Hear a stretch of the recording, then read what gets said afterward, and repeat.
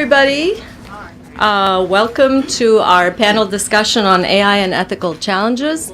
My name is Irina Raiku. I'm the director of the Internet Ethics Program at the Markkula Center for Applied Ethics here at Santa Clara University. And this event is part of the IT Ethics and Law Lecture Series, which is co-sponsored, as you can see, by our center and by the High Tech Law Institute. So we have a packed program with three wonderful speakers, and I'm going to just give you brief bios and a little bit of a roadmap as to how this is going to go, and then turn it over to them. And we hope to have plenty of time for questions at the end. You should know that the event is being filmed. So, to my left, Maya Ackerman teaches at Santa Clara University's Department of Computer Engineering and specializes in machine learning, including emerging applications in computational creativity. She earned her PhD in computer science from the University of Waterloo in Canada and was a postdoctoral fellow at Caltech and UC San Diego. Her work on computational creativity benefits from her extensive artistic training, including 6 years of vocal training focusing on opera. Next to her, Sanjiv Das is the William and Janice Terry Professor of Finance and Data Science at the Leavey School of Business. He previously held faculty appointments at Harvard Business School and UC Berkeley. He holds postgraduate degrees in finance, computer science, and business administration, and is also a qualified cost and works accountant. Prior to being an academic, he served as vice president at Citibank. Machine learning is one of his current research interests, and he has published over 90 articles in academic journals and won numerous awards for research and teaching. And on our screen is Brian Greene, the Assistant Director of Campus Ethics at the Markkula Center for Applied Ethics, as well as an adjunct professor teaching ethics in both the business and engineering schools. Brian holds doctoral and master's degrees in ethics and social theory from the Graduate Theological Union in Berkeley, as well as an undergrad degree in genetics from UC Davis. Between college and graduate school, he served for 2 years in the Jesuit Volunteers International, and his research interests focus on the impact of technology and engineering on human life. Brian is being beamed in from Berlin, where he is representing us at a meeting of new members of the Partnership on AI to Benefit People and Society. So what we've asked Maya to do is to quickly describe what AI is and explain some of the terminology that you've probably heard related to AI. And then Sanjiv will talk about the business hopes and concerns around AI-related issues, and then Brian will zoom in on the ethics of AI. But applied ethics is not just for ethicists, so both Maya and Sanjiv will also address what they see as pressing ethical issues related to their work. So join me in welcoming our panel, and Maya, you're on. Thank you. Thank you very much for the introduction. Can you hear me okay? Yes. Okay, wonderful. It's a real pleasure to be here. It's not common to discuss artificial intelligence from an ethics perspective. And I feel louder or closer to the mic? Closer to the mic. How is this? Better. Okay, let me know if I get too quiet at any point, okay? Good? Okay, so it's a very unusual thing to discuss ethics and AI together. And it's really a pleasure to be part of a university that really values society and values ethics. So it's a real pleasure. So what is artificial intelligence? I think there's a big gap between what artificial intelligence really is and the way that it's portrayed in the media and in movies. Last night I was so excited about this panel, so I looked up some movies about artificial intelligence and got all the usual stereotypes of AI that looks human, that seems to mimic humans to a really uncanny degree, and then of course tries to take over in some way. So that was sort of fun. Artificial intelligence focuses on giving computers intelligence on very specific tasks. Okay, so it's very task focused. It very rarely mimics the way humans achieve intelligence. It is also a much broader topic than it is always presented as. So for example, it includes logic, it includes game theory, which very few people hear about. It includes a lot of theoretical work. Yes, it includes machine learning, which has gotten very hot, but AI is not machine learning. I was recently on another panel which discussed, which was supposed to be an artificial intelligence panel, but was actually a machine learning panel. So yeah, they're not the same, and I think that's important to understand. It also includes one of my favorite fields, which is computational creativity, which focuses on having computers perform creative tasks. And there is a little bit of a difference between focusing on intelligence and focusing on creativity. And it's a lot more broad than that. I just threw in a few examples. Okay, so what is machine learning? Because it's such a hot topic that I'm sure that we're going to touch on it a lot today. Machine learning attempts to predict what's going to happen. So I like to give a fun example to my students, which they enjoy, and it kind of helps them understand it. Let's say you're trying to figure out which girls or guys are likely to date you. So you go up to, let's say, a boy, and you ask if they're interested in going on a date with you, and they say yes or no. And over time, of course, you don't like getting rejected, so you're trying to figure out what kind of boys or girls are interested in you, right? So you're kind of performing prediction. Now, of course, humans are not great at it. We often stereotype and generalize too quickly. If we want to have a more serious prediction application, such as predicting the price of a stock, we want to have something that's more statistically founded when we're making this kind of decisions. But again, we're trying to predict what's going to happen, predict the price of a stock, predict whether a company is going to fail or succeed, this type of stuff, all wrapped in prediction. Deep learning in particular is not nearly as new as, again, as we sometimes think it is. It's simply a neural network with many layers, okay? And the idea of giving a neural network many layers has existed for decades. The problem was that there weren't enough computational resources to make that happen. And so even some very well-established books still say that you never need a neural net with more than 3 layers, which is, of course, kind of funny looking back right now. And what happened, actually, there was a Canadian researcher who continued to work on trying to prove that deep learning is useful even after it became completely unpopular. And so he was able to demonstrate, him and his group actually were able to demonstrate the success of deep nets after the computational resources became popular and after the field went out of fashion. And right now, with the computational resources, we can do pretty amazing things with deep learning. So a neural network, basically, you have really simple units. It can do extremely elementary computation, basically perform one function. So you have a whole bunch of these tiny units put together in a graph structure. They're connected to each other. And what you're really trying to learn are the weights, kind of how important each node is. And what makes it deep learning is that you have many layers. So very simplistically, a lot of these tiny units put together. And how you put them together, of course, is important. It's loosely based on the structure of the brain, but it's very, very important to understand that machine learning, and deep learning in particular, is not trying to imitate the brain. It is trying to perform successful prediction.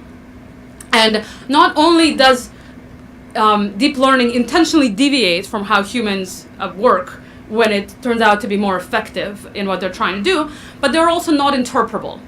And that's, I know that perhaps might come up today, that's a little bit of an ethical concern as well, because if we can't interpret it, there's something uncomfortable about it, and I think somebody else is going to touch on exactly what ethical issues come out around that. But from a machine learning perspective, in a way, that's okay. Because while society wants us to do things in a kind of private, ethical way, society also expects us to make progress.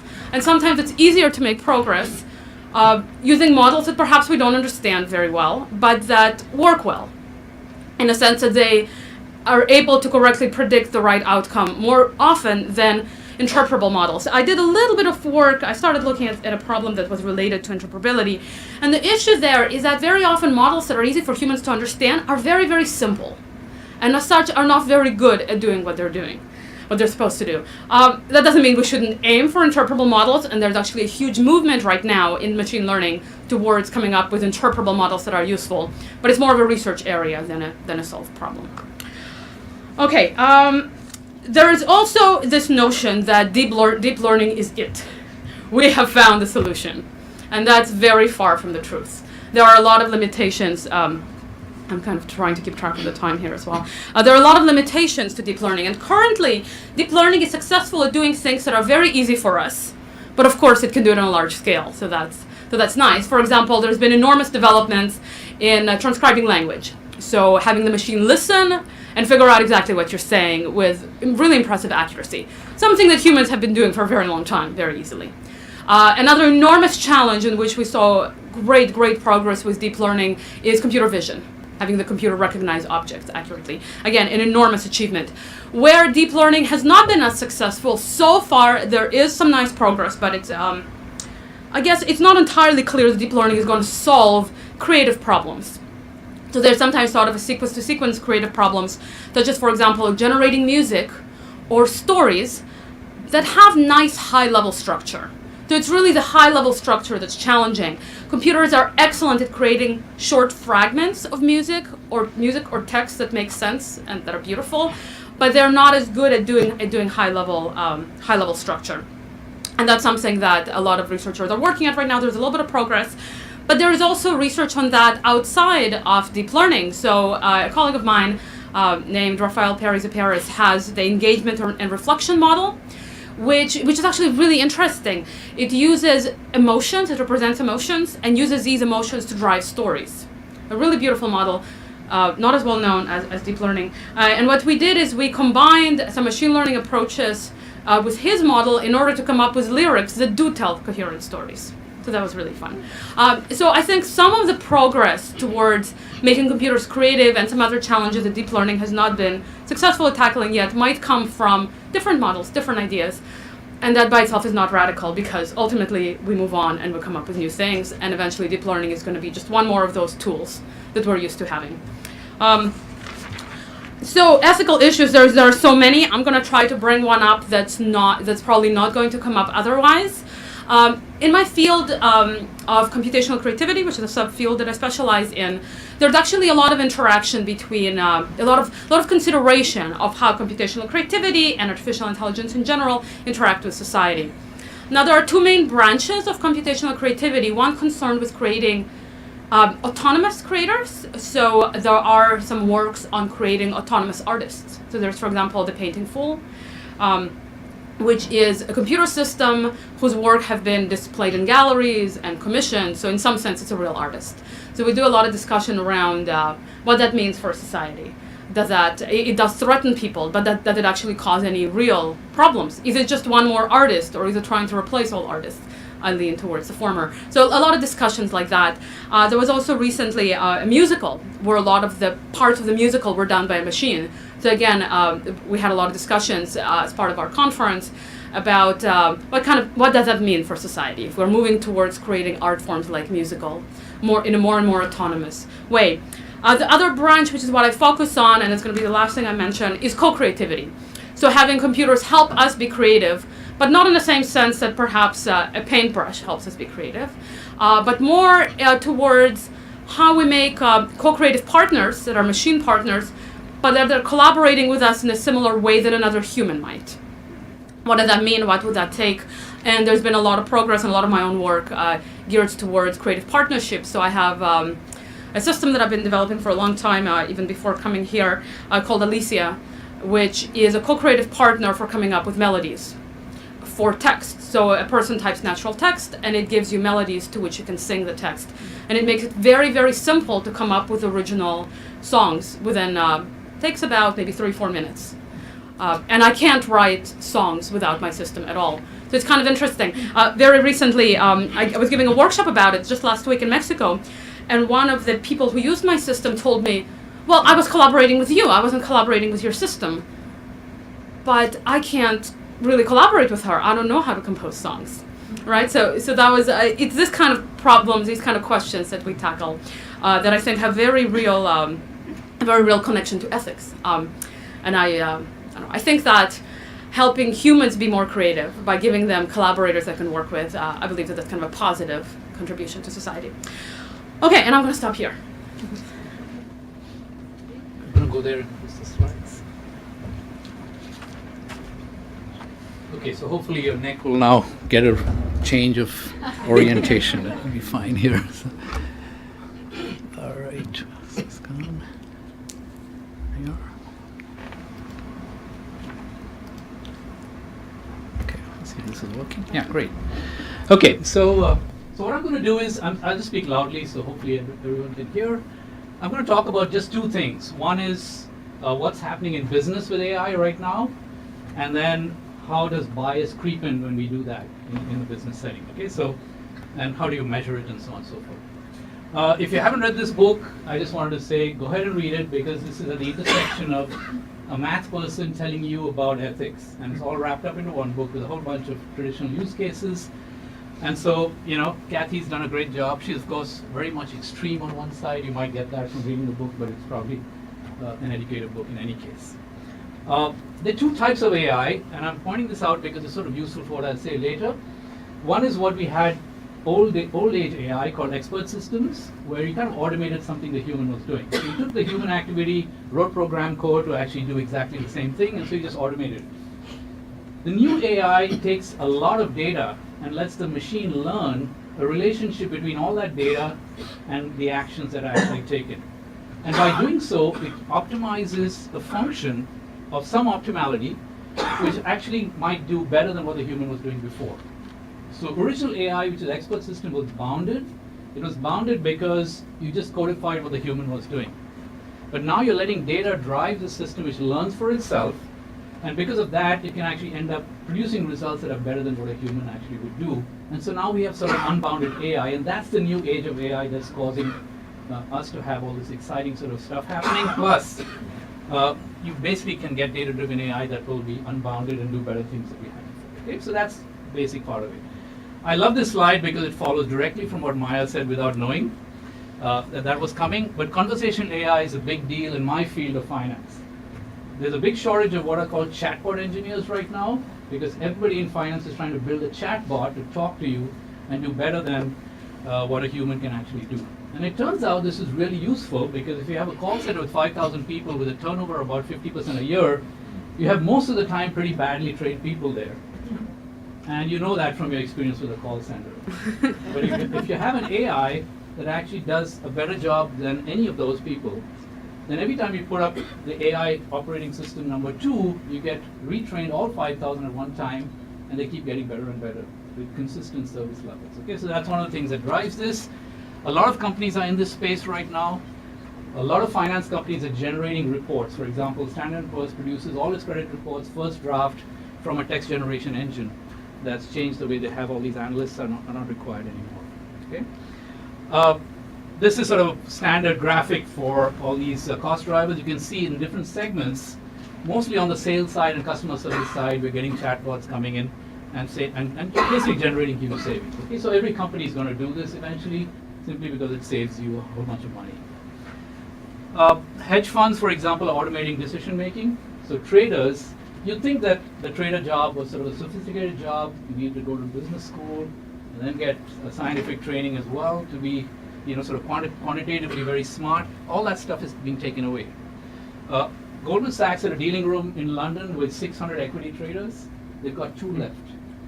Okay, they replaced all of them with the machines. They actually have 2 traders and 4 engineers in that dealing room now, and that's all they have. Okay, and the reason for that is very simple. If your job creates data, which can be mapped to what you're doing, you can sort of assume it'll slowly be taken away by the machine. I was working for a finance house in Boston that was actually had 2 analysts that would actually look at every press release from every company. So every stock had 2 analysts following it, and every time a press release or any information came out, they would score it as positive, negative, or neutral. And so we had about 20, 30 years of data with all this stuff in it, and you could just train an algorithm to do exactly what these analysts do, without emotion, without being tired on some days and doing weird things on other days, and so on and so forth. Okay, so that sort of thing is what happens. So if you have a job that produces data, which can be used to map your actions to that data, a deep learning neural net will definitely be able to train itself and probably even do better. Okay. It's already borne out in the data. So for example, a lot of hedge funds are using machine learning and AI, and the performance of those hedge funds is vastly better than the rest of the population of hedge funds. So you see that blue line takes off a lot faster over time than the other types of funds that you have. Paralegal work, that's getting automated at a tremendously rapid pace. JP Morgan's basically got rid of all their contract checking, and they have basically software that does this. Okay, so this is another opportunity. There's lots of startups actually in San Francisco that are doing replacement automation for various legal processes, and you can expect much more of this to happen. So basic paralegal work will go and allow the lawyers in some sense to do a more enriched version of their jobs. So David Byer is sort of one of the Valley thinkers, and he has this very nice 2x2 matrix You have a task that could be manual or cognitive, and it could be routine or not routine. The stuff that sits in this box is already gone. Toll booth operators, things like that, so pretty much would be on its way out. These are what Andrew Ng calls the 1 second thinking jobs. It takes you 1 second to do a decision on that job. It basically falls in this bucket and it's gone. You have manual, non-routine stuff, like police Facebooks. When the police guys are looking for a suspect, they have a picture of the suspect, and they look through all those books. Microsoft now sells software that does this sort of in seconds. The kind of stuff you'd see in the movies, but it's actually live and been live for a long time. That sort of work is also getting taken away. You've got the paralegal work, which is cognitive work, but it's sort of routine, like contract checking, for example. But that gets taken away. And so you're left with this quadrant up at the top here, where the AI stuff is still not yet making inroads. Though this box, the analytical stuff, like trading on Wall Street, that's also being eroded simply because we have data for that. So what you're left with is like social workers. That's a hard one to automate. And it's ironic now that people who have these positions actually have greater job security now than the Wall Street traders. Okay, maybe there's some justice in the world after this. There's a great book I recommend. You all know his book on the rise. This is just an article he had, but really he says that we really have to now solve this problem where we create new jobs where the humans are actually better than algorithms, or work with the algorithm the way Maya was suggesting with her music software. Okay, so that's the challenge. How do we actually get there? But by and large, his book he's got two books. One is The History of Mankind, and the other one is what's coming with the new tech age, and both of them are worth reading. Okay, so that's the first bit. Just want to tell you there's a ton of stuff happening in business that's taking away livelihood as we know it.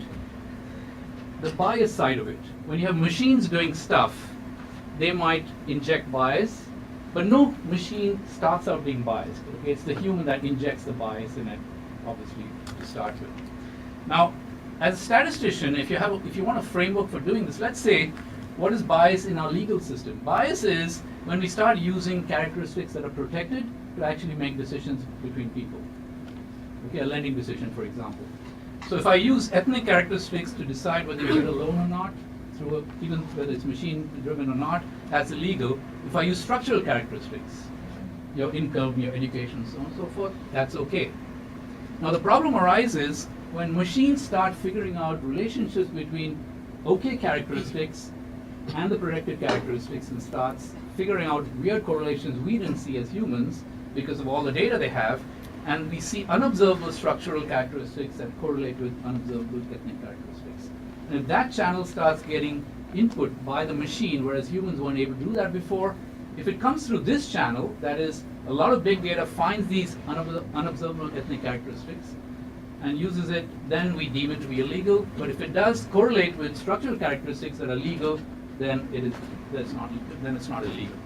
So we're trying to build statistical frameworks now to parse out whether this bias exists using this sort of diagram.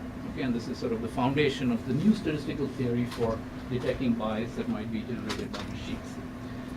So I'm working on this now, and I have 6 different sources of machine bias that we might actually end up with that lead to sort of ethical considerations. The first is you are what you eat.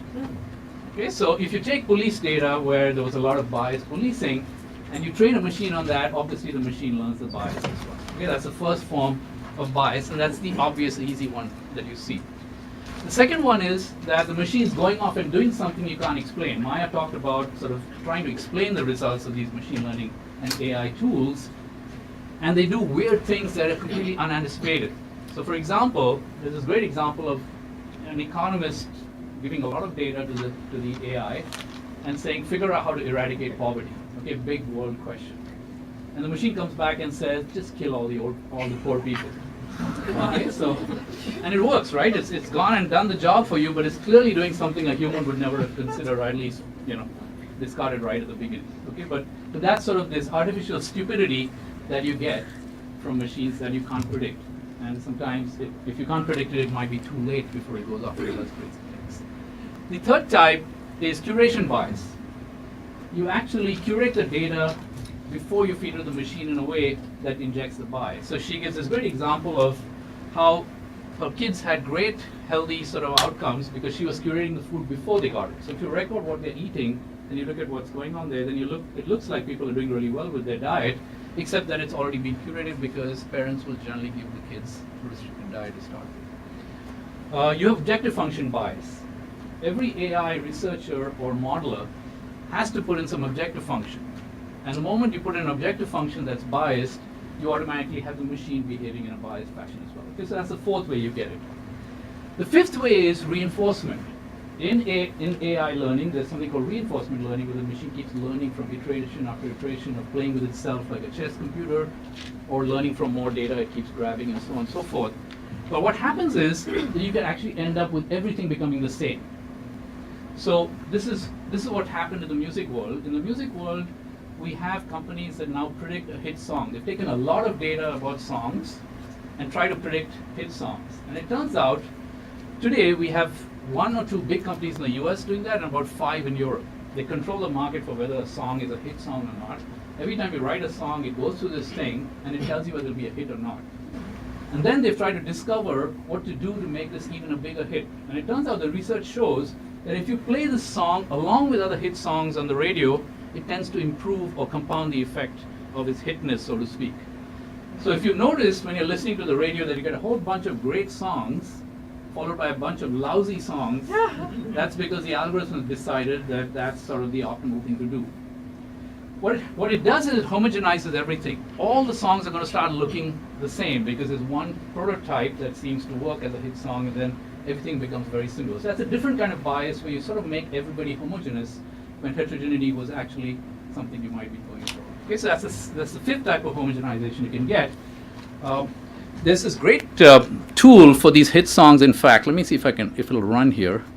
But you can see over time, as the years play out, the different things in the song that are important over the years keeps changing.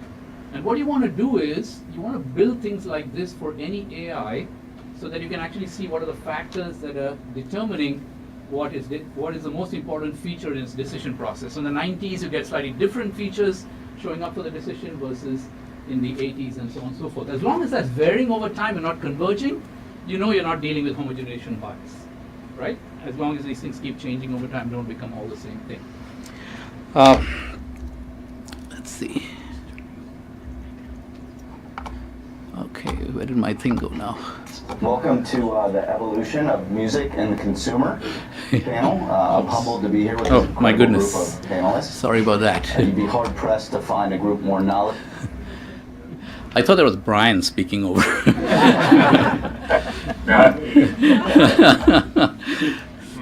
All right, and then finally there's active bias, which is the fake news revolution, where you're constantly figuring out how to actively optimize the bias by picking certain memes and propagating them through the Facebook system and so on. Okay? There's a competition now to figure out fake news. So these are the 3 winners. We just had this a few months ago for algorithms to detect fake news. So set a thief to catch a thief is the idea. Okay, get the AI to find the AI. So I just want to stop here and say a few concluding things. One is, if data is generated by your work. Welcome to the evolution of music and the consumer panel. I'm humbled to be here with this incredible group. Why did that of come panelists. back? I don't know. All right, so let me conclude. And so if data is generated by your work, an AI system will learn what you can do. So be aware of that. There are 6 types of machine bias. Hopefully you see them and catch them early. AI systems are per se not biased, but humans are. And the only problem with AI systems is if there's a little bit of human bias in the system, AIs can amplify it beyond sort of, in unexpected ways. But we can also train systems to undertake what economists call causal inference, to detect this bias in a statistical way, which is that first slide I showed you. And we should be implementing algorithms to detect statistical bias with the AI at the same time. So that's my sort of prescription to deal with this problem. All right, thanks a lot.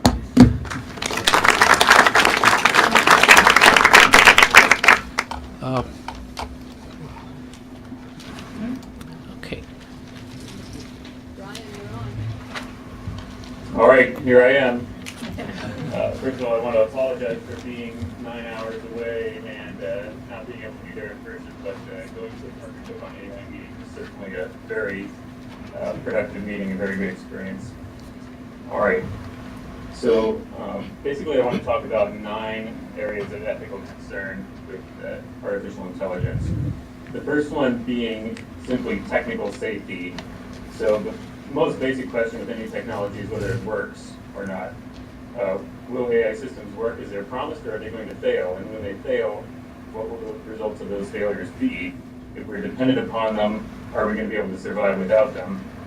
For example, people have already died in semi-autonomous car accidents because the vehicles encountered situations that their manufacturers anticipated they would fail in, but the human drivers were not paying attention, and therefore the vehicles crashed.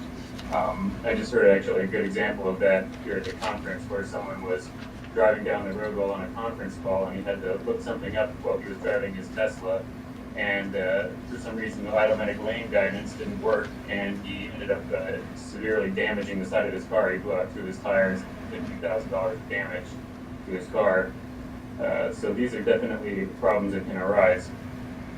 The question of technical safety and failure is a separate one from questions of how properly functioning technology might be used for good or evil, which are points 3 and 4 on here. This question is merely one of function, but of course it's the foundation upon which all the rest of the analysis has to build. So the second point has to do with transparency and privacy. Once we've determined that the technology is functioning adequately, we would like to be able to understand how it works and properly gather data on its functioning. Ethical analysis always depends on getting the facts first. Only then can the evaluation begin. It turns out that with some machine learning techniques, such as deep learning and neural networks, it can be difficult or impossible to really understand what the machine is making choices, or why the machine is making the choices it makes. In other cases, it might be that the machine can explain something, but that the explanation is too complex for humans to understand. So, for example, in 2014, a computer proved a mathematical theorem called the Erdos discrepancy problem, using a proof that was, at the time at least, longer than the entire Wikipedia encyclopedia. Explanations of that sort might be true explanations, but humans will never know. As an additional point, in general, the more powerful someone or something is, the more transparent it ought to be. While the weaker someone is, the more right to privacy he or she has. Therefore, the idea of a powerful AI that is intrinsically opaque should be somewhat disconcerting to us. All right, number 3, malicious use and capacity for evil. A perfectly well-functioning technology such as a nuclear weapon can, when put to its intended use, cause extreme evil. Artificial intelligence, like human intelligence, will be used maliciously. Of that, there's no doubt. So, for example, AI-powered surveillance is already widespread in both appropriate uses, for example, airport security, and perhaps inappropriate locations, for example, voice-activated products in our own homes. More obviously, nefarious examples might include AI-assisted computer hacking or lethal autonomous weapon systems, which are also called killer robots. Additional fears of varying degrees of plausibility include movie scenarios like war games, which might be on the more plausible side, as opposed to Terminator, which might be on the less plausible side of the idea of Skynet. Of course, these things are all things that we will encounter in the future. Number 4, beneficial use and capacity for good. This one's kind of the most obvious good thing. There's reasons that people are pursuing AI. We're not pursuing AI exclusively for the reason of screwing things up. We're pursuing it for the reason of trying to make things better.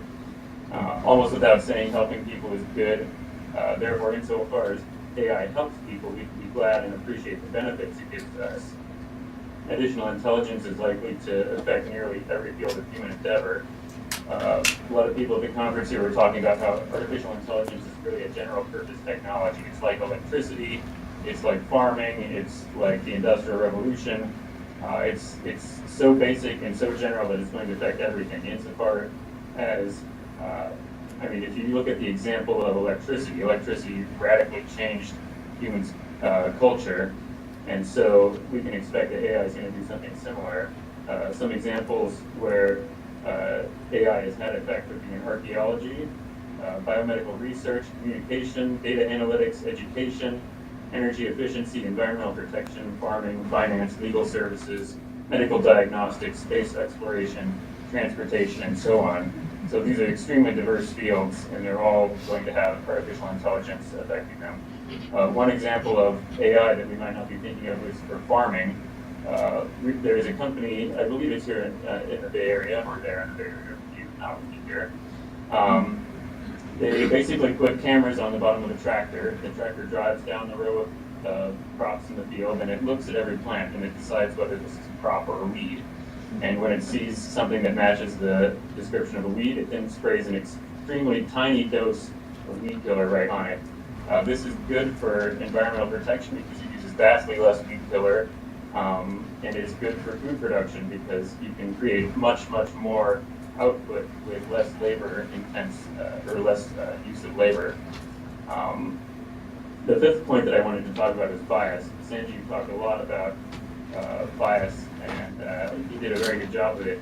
One of the things I would say that this has been a big preoccupation here at the partnership conference, because one of the things that happens when you use a neural network and you combine it with a data set is that they effectively merge with each other, and you become stuck with a system that is built on the training data that's put into it. So this is definitely a problem that people are going to have to face as we're using these types of machine learning algorithms. Moving along to number 6, unemployment. So in number 4, I was talking about how in a lot of cases AI has the potential to replace humans at tasks. So unemployment is definitely going to be a major consideration with artificial intelligence. Many people have already determined that AI is going to be a threat to certain categories of jobs.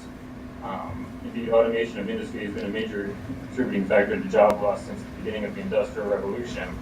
AI is simply going to extend this trend to more fields, including fields that have been traditionally thought of as being safe from automation. For example, law and medicine and education. In conversations here at the conference, one of the things that we determined was that nobody really knows what jobs people are going to move into other than AI developer. So in other words, if you're working in AI developer, there are a lot of jobs that you probably will be for a long time. But when asked what other new jobs might AI produce, nobody could give an answer to that. And I think that's extremely important that you have a room of 80 people who are extremely focused on this industry and have been thinking all about it for years, and we still can't answer this question. Attached to the concern for employment is also the concern of how humanity spends its time and what is a life well spent. What are millions of unemployed people going to do? What purposes can they have? What are they going to contribute to society and society's well-being? And how is society going to prevent people from becoming disillusioned and bitter and swept up in evil social movements, for example, white supremacy or terrorism? All right, the 7th point on there, growing economic inequality. So attached to the unemployment problem is the question of how people will survive if unemployment rises to very high levels. Where are they going to get money from in order to maintain themselves and their families? One thing that we can probably expect is that prices are going to decrease due to lower costs of production. However, the people who control that AI government production are likely to rake in a certain amount of that cash that otherwise would be saved. So how are we, let's see. I just lost my point in my notes. So this is likely to contribute to economic inequality. Some people, including billionaires like Mark Zuckerberg, have suggested that a universal basic income might help address this problem. But this is going to require a major restructuring of the way money flows through an economy. Various other solutions to this problem might be possible, but they all involve potentially major changes to human society, economy, and government. Ultimately, this can become, or this probably has to be determined at the political taxation level. It's not ultimately a technical problem, it's a taxation problem. It's a question of how money flows through society. So ultimately, that solution is going to have to be at a political level. All right, number 8, moral de-skilling and ability. If we turn over our decision-making capacities to machines, we're going to become less experienced at making decisions. For example, this is a well-known phenomenon among airline pilots. The autopilot can do everything about flying an airplane. It can take off, it can help the airplane take off, it can land the airplane. But the interesting thing about that is that pilots have intentionally chosen to maintain control of the aircraft at crucial times, such as takeoff and landing, in order to maintain their piloting skills. The boring middle part of the flight is fine for turning over to the autopilot. But if you turn over to the autopilot takeoff and landing, which is technically possible and has been technically possible for quite a while, then the pilots lose their skill. And this is obviously a problem. You want to have your pilots maintain their skills. You want them to be pilots. You don't want them to just be system operators and overseers. Because one of the uses of AI is going to be to either assist or replace humans in making certain types of decisions, for example, spelling or driving or stock trading, we should be aware that humans are going to become worse at these skills. In its most extreme form, if AI starts to make ethical and political decisions for us, we're going to become worse at ethics and politics. We may reduce or stunt our moral development precisely at the time when our power is the greatest and our decisions the most important. This means that the study of ethics and ethics training is now going to be more important than ever. We should determine ways in which AI can enhance our ethical learning and training. We should never allow ourselves to become morally de-skilled or debilitated, or when our technology finally does fail us, or a problem arises that we need to solve that we haven't encountered before, we're going to be like frightened children in front of a creation that we do not understand. All right, the last point is a little bit more of a fanciful point. However, people have been asking this as a legitimate legal question. So some people have wondered whether AI might eventually become self-conscious, attain its own volition, or otherwise deserve recognition as persons like ourselves. Legally speaking, this is actually a fairly significant question because personhood has been granted, for example, to corporations, and other countries have granted legal personhood to things such as rivers or other landforms. So there's certainly no need for consciousness to be there even before the legal questions arise. Morally speaking, we can anticipate that technologists will attempt to make the most human-like AIs and robots possible, and perhaps someday they will be such good imitations that we will wonder if they might be conscious and deserve rights, and we might not be able to determine this conclusively. If future humans do conclude that AI and robots are worthy of moral status, then we ought to grant it to them. In the midst of this uncertainty, what we will know, however, is that we humans have moral characters, and that, to quote Aristotle, we become what we repeatedly do. So we ought not treat robots intentionally badly, or not be habituating ourselves towards having flawed characters, regardless of the moral status of the artificial beings that we're interacting with. In other words, no matter the status of AI and robots, for the sake of our own moral characters, we have to treat them well, or at least not abuse them. All right, this is just the start of the exploration of the field of AI and ethics. There's much more to say, and I look forward to your questions. Thank you.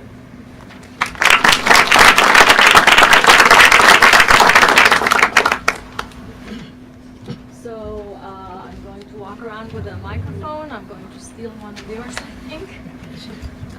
Thank you. So you guys will have to share. Sorry. Let me know if you have a question.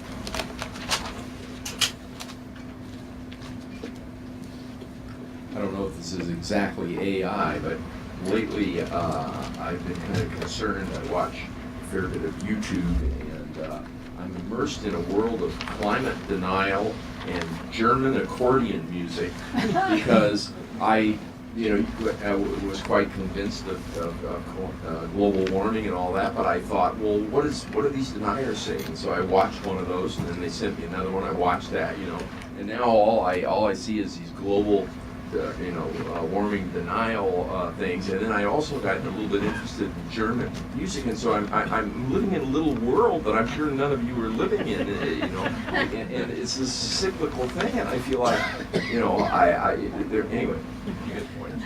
I guess I need a question. Is that artificial intelligence? Because I think it is back there working. And what's my interaction with this artificial intelligence? Yeah, so that's an excellent question, and actually an ethical question. It so happened that my brother is trying to build a startup to counteract that, so I can comment on that pretty well. So there's something called personalization, where the systems, whether it be Netflix, whether it be Pandora, anything that's trying to give you items that you'd enjoy listening to or interacting with in any way, and basically they try to predict if you're going to enjoy something, if you're going to enjoy a certain movie or article or anything like that. And it ends up having a very similar problem to the one that my colleague here pointed out, actually. It ends up narrowing down your worldview. And that's especially problematic when you're trying to gain information, such as trying to, for example, explore whether global warming is real, or if you're just trying to get the news. Because exactly the same thing happens to these agglomerative news sites. they are so desperate to make you happy, to make you like the articles that they're showing you, that they're really compromising really kind of maybe your education or the need for you to accurately gauge the world. And so, yeah, I mean, in particular, my brother Ronan Ackerman is looking at having something that counteracts that. There's no reason that machine learning has to work like that, I guess is what I'm trying to say. This is not a fundamental issue. It's just the way that people have been choosing to use it.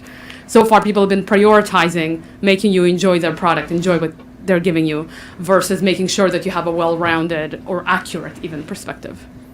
And there's the interesting thing about that is that it freezes what you like now, because you like different things when you were younger, and this changes over time, but it assumes that you will always like this from now on. Thanks. Well, I would just only counter that. I think there are lots of folks who want to have their choices narrowed down in this way. You know, if you went online to look up barbecue smokers for your backyard, and for the next 2 months you got emails from Amazon and so forth telling you about the greatest new smoker they had for sale, you might like that. So yes, there's a strong economic reason why this is perpetuating itself, and that is that when you get mass stuff sent at you in a random fashion, human response rates have been, marketing people know, is about 1%.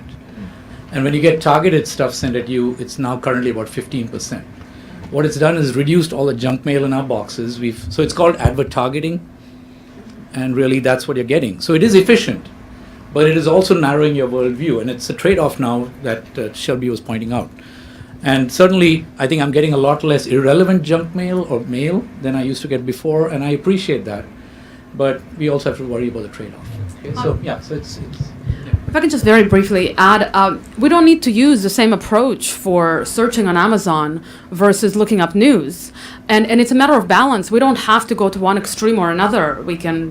Machine learning allows you to say that you have multiple priorities and to find the right balance between these priorities. Yeah. I just want to point out, Brian, if you want to jump in at any point, please do, because it's harder to point the microphone at you. So. Right, all right. I was wondering if any of you had any thoughts about chip implementation or cyborg or where that's going in terms of memory enhancement or other things. And I was thinking in terms of Brian's last point there, I have personally been thinking about this in terms of maybe chip implants in animals. So I'll take a stab at that because I work on human enhancement issues. That's definitely something that people are working on, and there are examples of places where, there are lots of examples of where biomedical technology and research have managed to get human brains to interact with computers and machines. So there's definitely a possibility of these things happening in the future. How AI is going to interact with that in particular, I don't think is very clear yet. So that's something that I think we'll have to wait and see on. So I really want to thank you for this presentation. And when I saw the title, I saw fast approaching, and I said, what an attention getter. And you really got me thinking, right? Because it seems to be approaching a lot faster than I thought. So I was wondering if you can share either any consensus or personal opinion regarding the list of 9 top issues in terms of which ones are most urgent and which ones you think are most important, and which ones are both urgent and important, if you will. Yeah. Let's do that. Yeah, can we have the list, please? Perhaps we could sort of walk through, and all of us could briefly comment. That's a really good question, by the way. Okay, technical safety. Yeah, that's a real concern. I mean, I'm not gonna deny that. Yeah, we've got a whole bunch of robots in my field that are doing various things like constructing portfolios and so on and so forth. And we don't know when that can completely, break down. So we have the thing with the cars already, right? We're already dealing with that as a fact of life. I think most people in the room are aware that the car is going to have to make a decision about who to kill if there are 2 people on the street that it has to choose between and so on. But it's also whether the AI, whether we can explain it well enough to sort of manage the technical issues. And I think with old technology, we were actually much closer to being able to predict the unexpected outcomes. With AI, we're slightly further away from that. And so that, I think, is something that people are already working on quite a bit in managing sort of unpredictable outcomes. I mean, Yeah. I think that's very true, and I think that especially having the AI interact with all aspects of our lives, it becomes extra important to make sure that it's safe. But there are procedures in place, and there's a lot of effort going into making sure that AI is tested to an unbelievable degree. And also we need to keep in mind that, for example, with the car accidents related to autonomous vehicles, is that we really hold AI to much higher standards than we hold humans. And so in many ways, if we do allow some error, which we have to, really, realistically, it's often much smaller than human error in comparable tasks. So overall, things are getting better, in a sense. So I think it's a real issue, one that we cannot ignore and cannot downplay, but it's also not as terrifying and disastrous as it might appear at first glance. We're getting Brian right back up, but Shall we just move on? Do you want to comment on privacy? Yeah, so privacy is, I think, the big one, in my opinion, that we're currently dealing with. And it's not just AI, it is all these tools in the machine learning space that are sort of eating into our privacy as well. It's a question about how we want to respond to it. So for example, the common issue is I'm on Facebook and Twitter and putting my data up there for everybody to sort of exploit. Is that good or bad for me? I'm giving up a certain amount of privacy in trading off efficiency for it. And it's very unclear how to respond to this because, for example, the more data you give up, the more detectable you are. For example, if a government wants to get you for something and so on and so forth. But the more data you give up in an orderly fashion, you also protect yourself. So let me give you a good example. There are friends of mine who don't go on Facebook and Twitter and all this because they say, I don't want anybody to have my information. I work with the IBM team that does profiling, collecting everybody's data and putting them in profiles. And it turns out that if you don't have a lot of digital presence, you get put in a separate bucket called LDI, low digital identity. You really don't want to be in that bucket. Okay, that's where the government goes looking when you are looking for people who don't fit the bill in ordinary way. So maybe you want to be in the biggest group possible right in the middle, like the animals in the savannah, right? They've learned that safety in the herd requires you to be right in the middle of that herd. So you give up just about a certain amount of privacy that places you there, rather than just get off all the digital things that you have. Okay, so just to let you know, if you're interested, there's a bunch of profiling companies that do this professionally. They know who you are better than you know yourself. The biggest one is down here in Palo Alto called Axiom. Axiom creates profiles and sells people who meet a profile to other companies that try to sell you stuff. Go to aboutthedata.com. It's a website. You put in your name and social. It'll show you what data they have about you.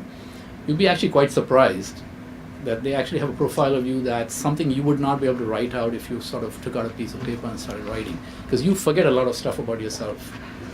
And the digital exhaust that you leave behind is being scuffed up by all these companies, and they're putting together profiles that allow them to say, okay, send that job or that customer offer to Stephen rather than me.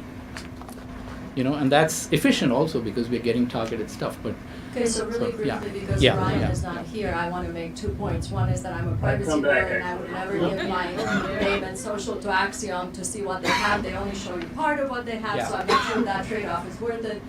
The other thing I wanted to say really quickly is that I agree that in a lot of AI there's a lot of care being put into making sure that it works the way it should, but a lot of it isn't. And if you want to see an example where it wasn't, read the ProPublica article about sentencing algorithms that were being implemented for years, and it turned out they were just absolutely wrong, and nobody was checking to see that the algorithm was actually getting better, and people were going to jail longer because they were black. So we are not always that careful, and we definitely need to be much more. And one more question. Brian, did you want to jump in? Oh, he's back. Were you guys finished? Yeah, sorry, I had a technical difficulty. I did want. Brian, did you want to say of the list which one you thought maybe was the most important or critical? So the numbers or the points near the top of the list I think are important. As they go further down the list, they're getting farther kind of into the future. But I think I really want to emphasize the moral de-skilling and ability question. Humanity and individual humans are becoming really powerful right now, and we need to figure out a way to get ethics training to be somehow in proportion to the amount of power that we're having.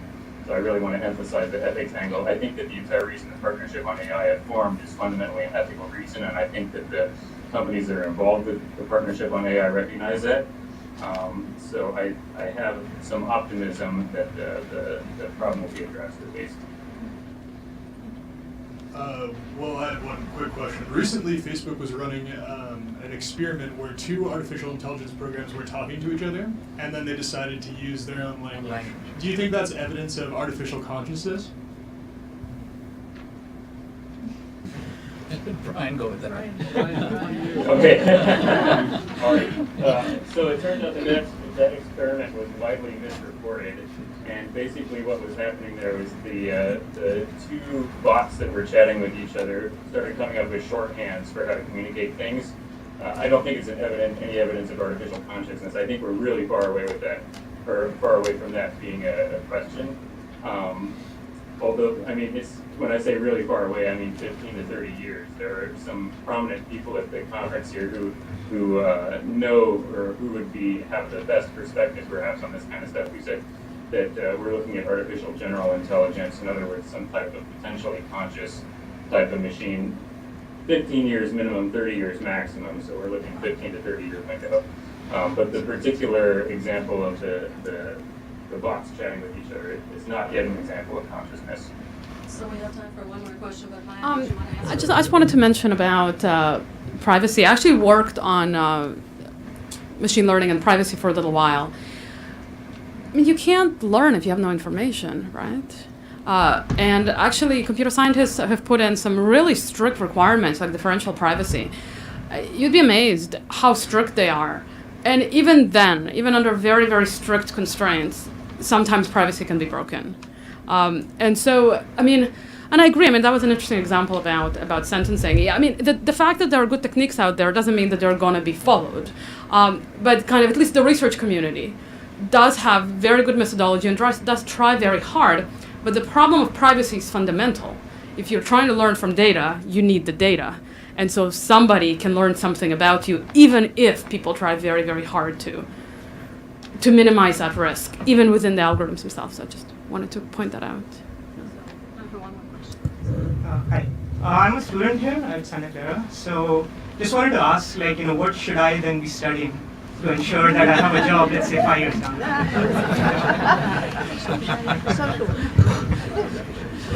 Yeah, so this is a good question actually, because it's not clear what you should be studying. I think hopefully university education is preparing you to learn how to learn, and that's the most important thing. And so I find that there are different modalities of learning, and so the more modalities you cover in your time as an undergrad, usually as a grad student you're a lot more focused, but as an undergrad generally, this is I think the strongest argument for a widespread education, education program. I find I'm using skills today as a researcher as well that are very, very different than what I used before. But I think analytical skills by and large are useful going forward because there's a certain piece of interacting even on things that are not analytical, like ethics, for example, which come from slightly different rhetorical traditions and things of that sort. Those tools are getting used a lot. Now, in Maya's example of music, I think you wouldn't think of this as an analytical profession, but it has become, I guess, over time as well. But that's my bias as well, and I don't know, you might have another take on it. So. No. So, okay. Right. So, I have one thing that I could chime in with that. Very much emphasizing what Sanjiv was just saying. That's what a lot of the people here at the partnership were talking about, lifelong learning. You need to learn how to learn. That's the most important thing of all, and you need to keep updating your knowledge. We're going to get into a situation in the future where things are going to continue changing quite rapidly. They're going to be changing in ways that we can't predict. So you should definitely be broad. You should be concentrating on different things that you can learn. So pay attention to lots of different things. Even going into AI itself might not necessarily be a way to protect your job forever, because maybe at some point artificial intelligence programming might become artificially intelligent programs by the bots themselves. I would say to study philosophy, study critical thinking, politics, international things, economics, everything you can think of.